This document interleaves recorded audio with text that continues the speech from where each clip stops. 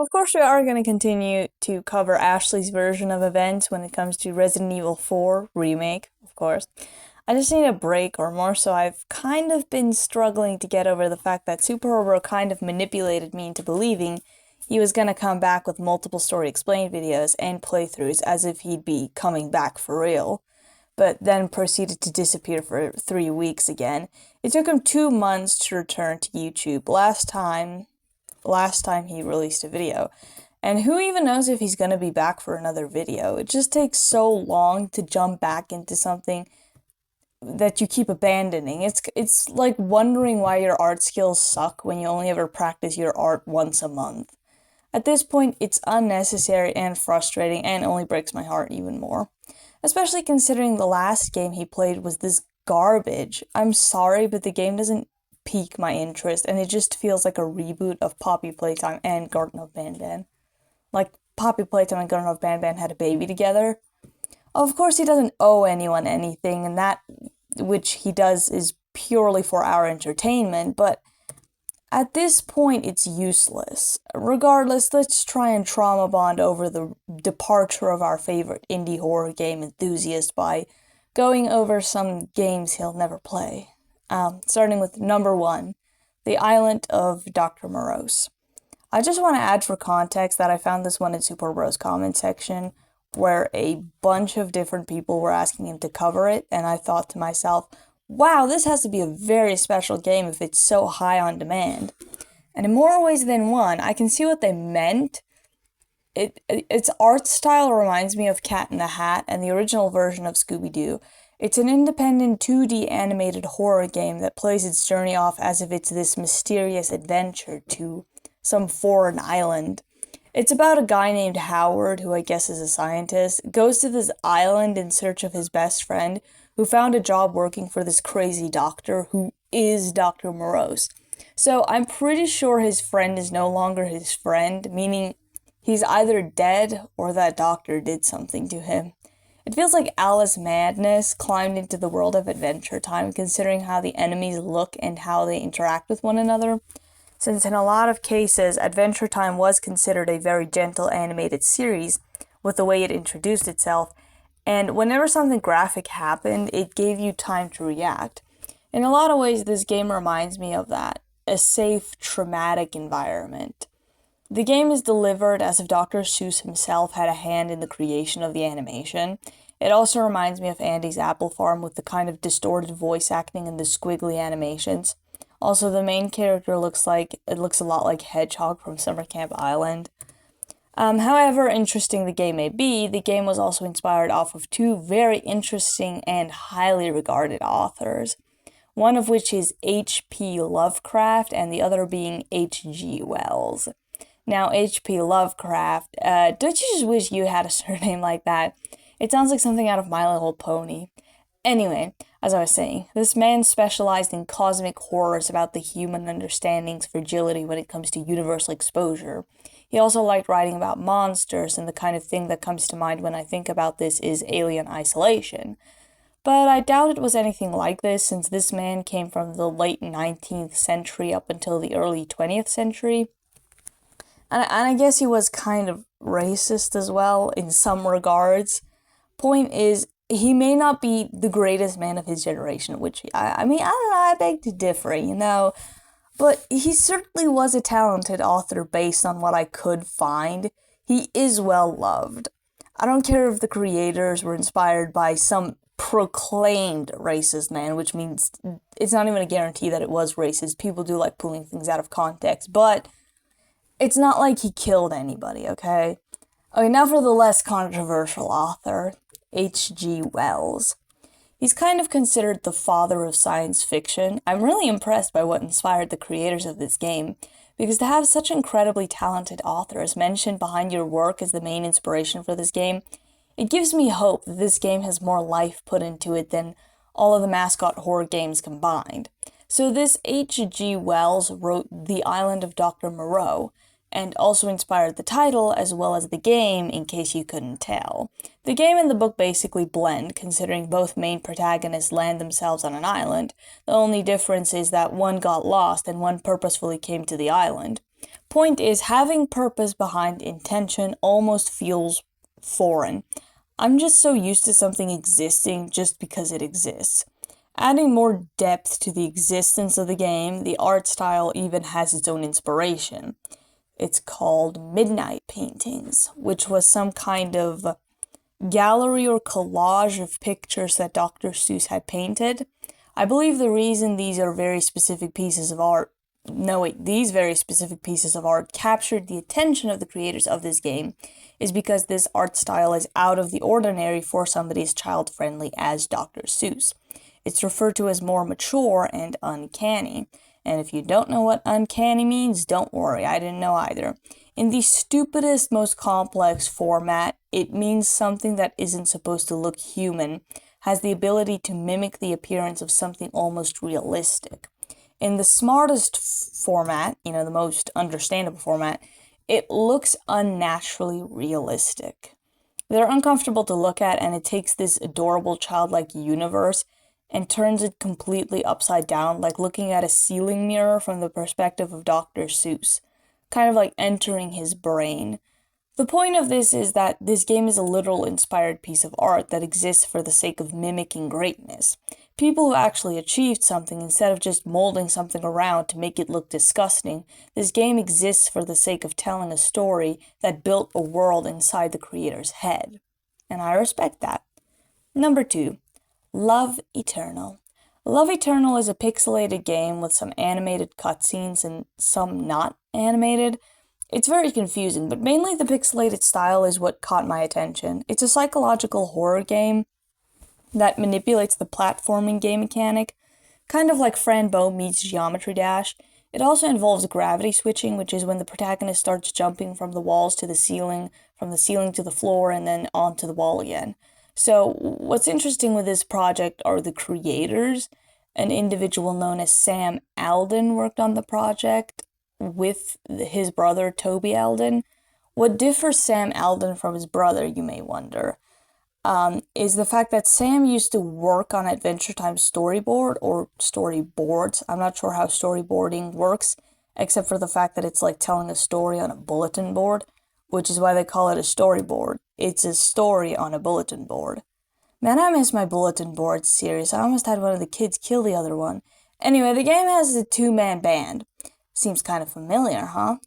Rocket Music, JT Music, Nefx, Euphoric Brothers, even SuperHorrorBro was a 2-man band with his main man being It's Just Jordan. Regardless, based on the fact that Sam comes from a background that involved a project like Adventure Time, I'm not surprised that him and his brother were attracted to the idea of creating a pixelated psychological horror game about girlhood family trauma. Point is, Toby programmed it and Sam animated it. This is why I love male dynamics. They just work way better together than I've ever seen females able to. The game itself looks close to home and uncomfortable at the same time. The atmosphere and both the topic feel safe if you use psychological horror to cope with your day-to-day life.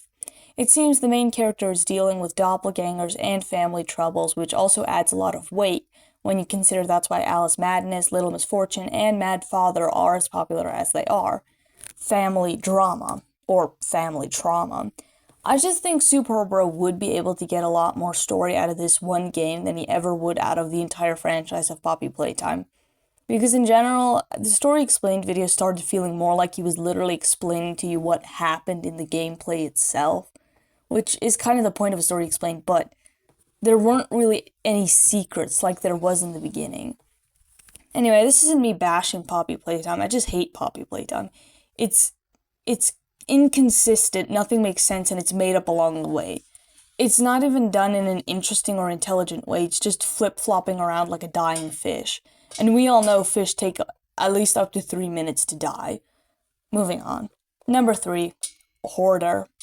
So Hoarder is an intense concept because it goes from one world to the next, from a cleaning simulator to controlling a submarine in the depths. Kind of also reminds me of the dynamic that SuperHorrorBro had with Hellmart. We all know that SuperHorrorBro is the biggest nerd when it comes to neat games, and games that give you objectives of stacking props and doing normal things that you would do at a job.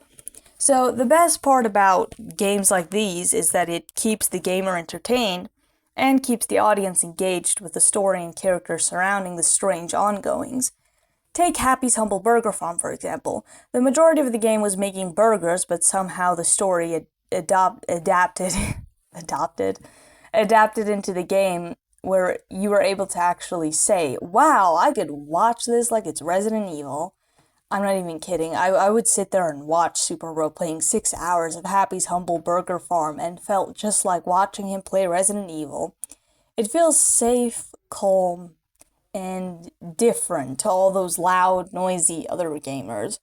I don't like watching gamers. SuperHorrorBro was just different, and this game reminds me of home so much. The game also has a Benya and the Ink Machine art style. If you don't know what I mean by that, it's 2D art blended with 3D art. In other words, those little sketch lines drawn in between the 3D objects is part of the 2D art style. It's also a cleaning game, and I've been watching SuperHorrorBro's likes and don't likes for so long that I think I'm not going to be creepy or awkward and say I guarantee he would, but I do think he would like the idea of a cleaning simulator. Like I said, stacking things, picking things up, baking things, managing things, especially if you don't have a timer above your head. It also looks like you can mess around with certain things, investigate certain things. Nothing's more fun than exploring a random house full of vintage goodies. Of course, I mean if permission was given, but somewhere along the lines, the trailer just tosses you into a submarine. And Google's description of the game literally states that the game tricks you into believing it's a cleaning simulator. How long does the cleaning simulator part last? Google's depiction of the game's mechanic halfway through the game sounds exactly like Choo Choo Charles.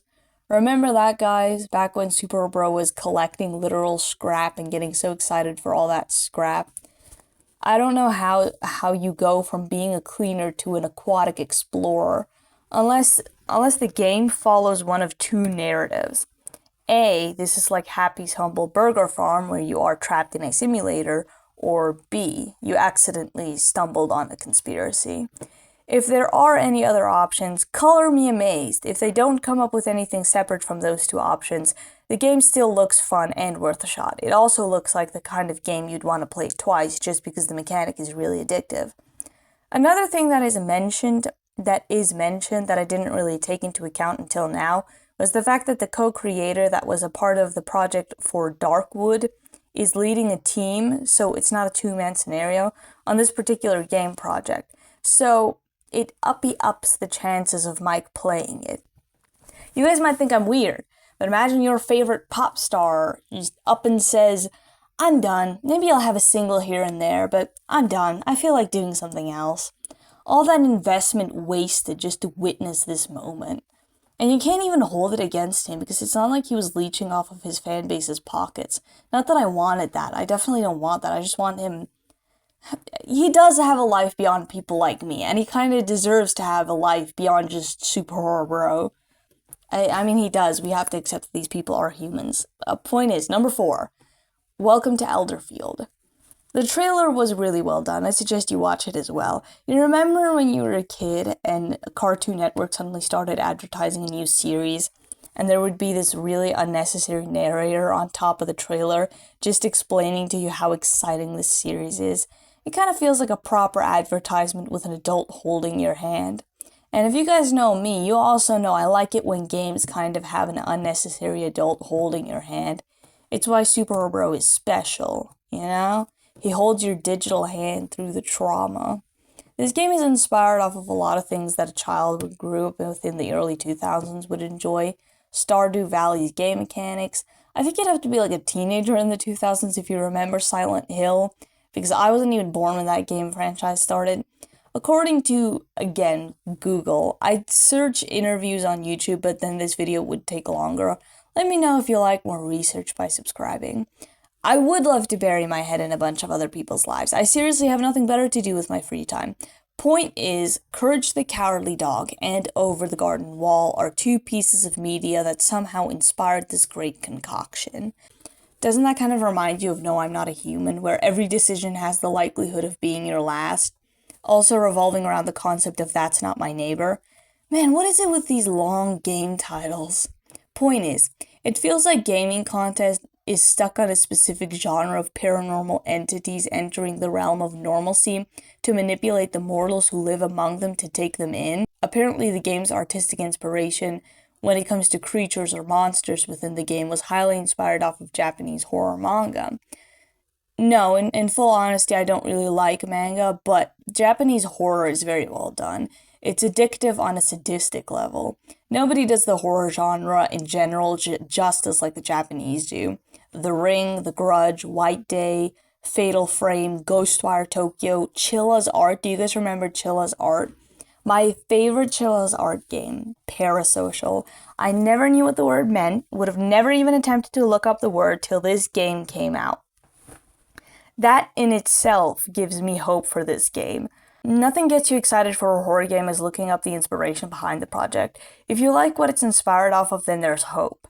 And don't even get me started on Pixels. I love Pixels. Not the movie. The movie was amazing and it was really well done for a live action because usually children's live actions tend to look weird and gross and kind of out of place, but they did a good job there. It still looked kind of weird.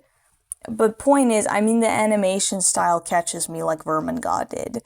The Stardew Valley effect. I've never played Stardew Valley in my life. It's literally this tedious farming game where you basically explore a bunch of different people. I think I would have gone socially insane if I ever had my hands on a game like Stardew Valley.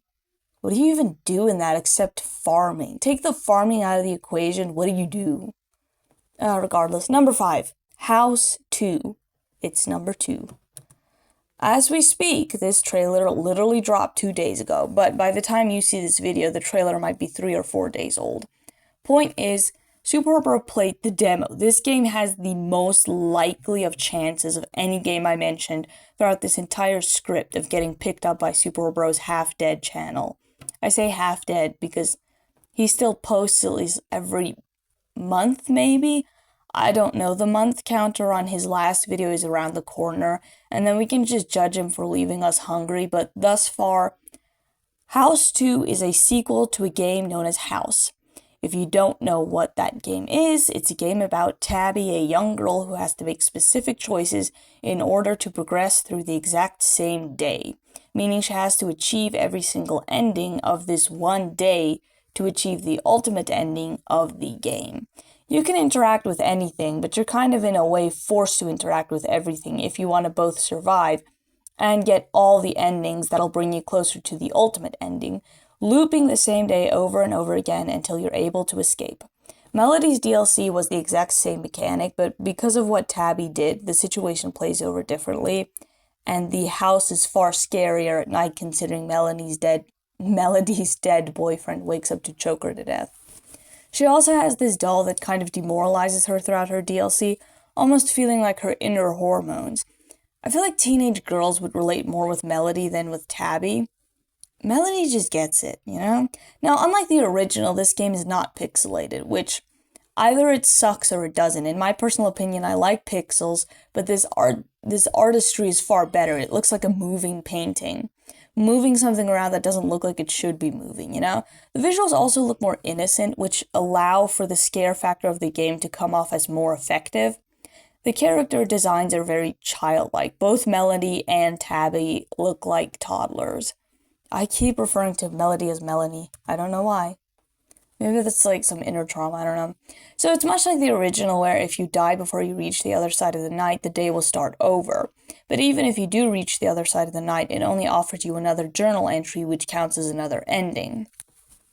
It has a bunch of sinister scenarios of creatures, creepy crawlies, and the possession of humans that live in the house. I'm not entirely sure, but I think Tabby and Melody are living with the neighbor because where else did this random old lady come from?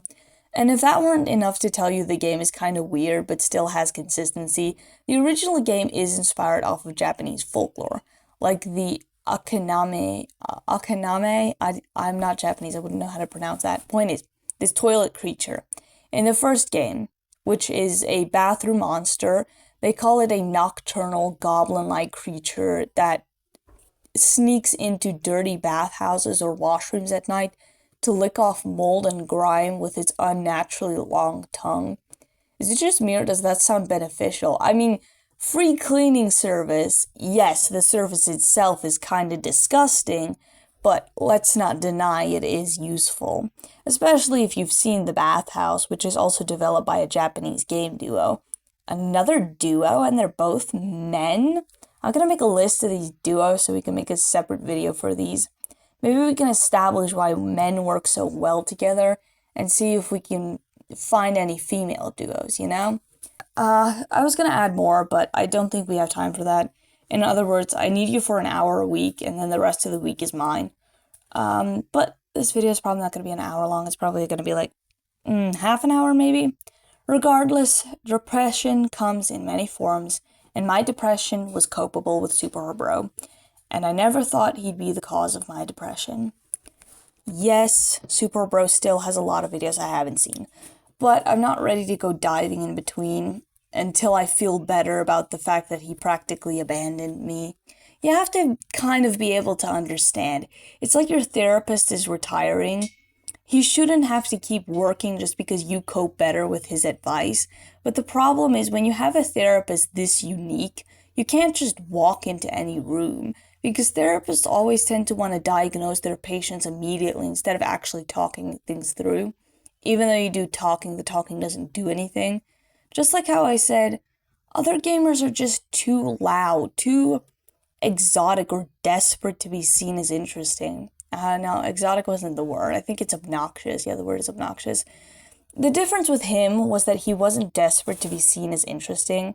Most gamers randomly break out in song, they over-edit their videos, they throw things around the screen that really don't have anything to do with the game itself, and they try and shout so that they can sound funny. And I have really sensitive ears, so this doesn't really work for me. I even stopped listening to nerdcore music because of how painful it is when rocket music starts screaming. So I moved more back to Try Hard Ninja because his vocals are more gentle. I also went into a new artist category, or whatever you would call their personal substance of music. Anyway, where are we? Yes, SuperHorrorBro, the tragedy of the century. I'll have to watch my horror game walkthroughs without any commentary because I don't think he's coming back anytime soon. And when he does, it's probably going to be when Dark Deception drops their latest chapter, which might be their last chapter. Well, that was me. See me next week. Subscribe if you're interested in finding out whether or not I'll make another audiobook, or if you're here for the speed drawings, which I already know you are. Still, subscribe, because maybe it'll motivate me to waste even more hours on YouTube, since at this point I'm scraping for the bare minimum time on my hands to avoid it clashing with my writer's tide. Because the YouTube channel was actually originally for audiobooks, but I got writer's block as soon as I started a YouTube channel. Kind of ironic, isn't it?